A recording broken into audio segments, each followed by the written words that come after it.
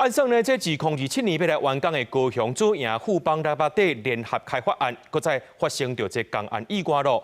有一名佇咧48樓的泰國移工，互一棟半的鋼架跌着送病院了後，有關是救無回來。而且迄當時呢，有這鋼條落落來撼着3台車，市政府接到通報了後，隨去稽查，發現講因攏無照規定設置閘鋼條綁落來設施，先甲因罰39萬，也下令講這工地區域攏愛停工。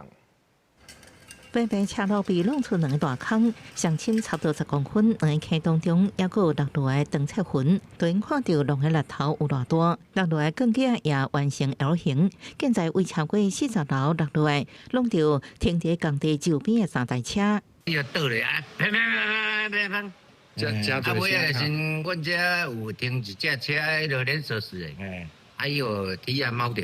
四線鋼鐵是入去的富邦台北地連開限，為外觀看10幾樓高的工地出現缺口，還有崩塌分者，更較懸的樓層也可能看出鋼構攏出去。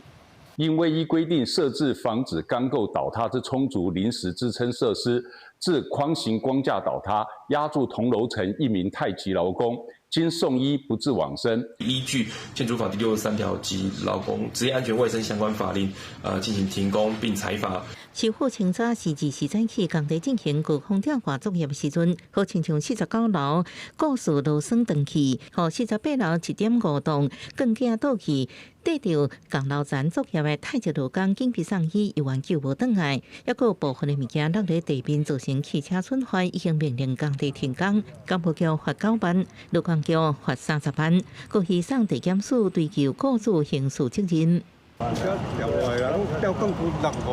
內底人攏全部攏先出來，做停工。工地事故不是第一擺，除了日後發生的公司外籍移工以外，1月7日發生工地鐵板落落來，損毀3台機車。2年前由木板造立作業的時陣發生意外，人甲木板攏落落來。政府要求全面檢討改善施工安全管理甲防護設施，複查合格了後才申請復工。記者綜合報道。